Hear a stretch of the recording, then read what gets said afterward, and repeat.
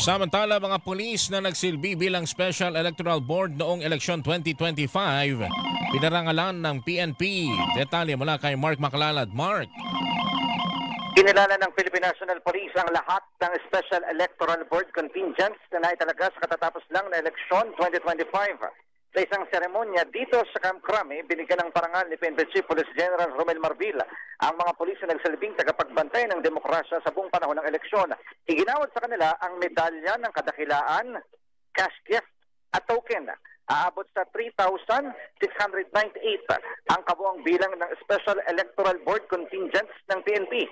Matatanda ang pinakilos ni Marbil ang Directorate for Personnel and Records Management o DPRM para ihanda at ipamahagi ang karagdagang parangal sa lahat ng naitalaga sa election duties. Ang inyong kapuso Mark Maclalad ng CMA Super Radio DCWB, dapat totoo.